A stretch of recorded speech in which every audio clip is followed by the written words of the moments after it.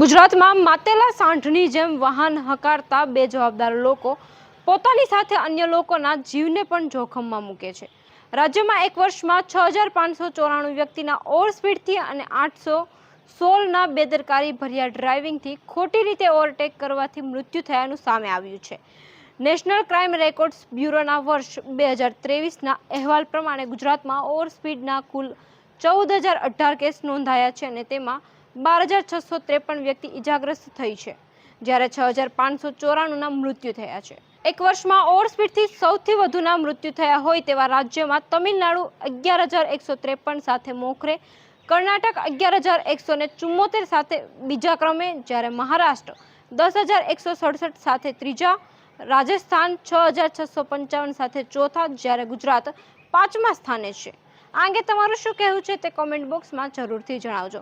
આવા જ નવા સમાચાર જોવા માટે જોડાયેલા રહો નવજીવન ન્યૂઝ સાથે।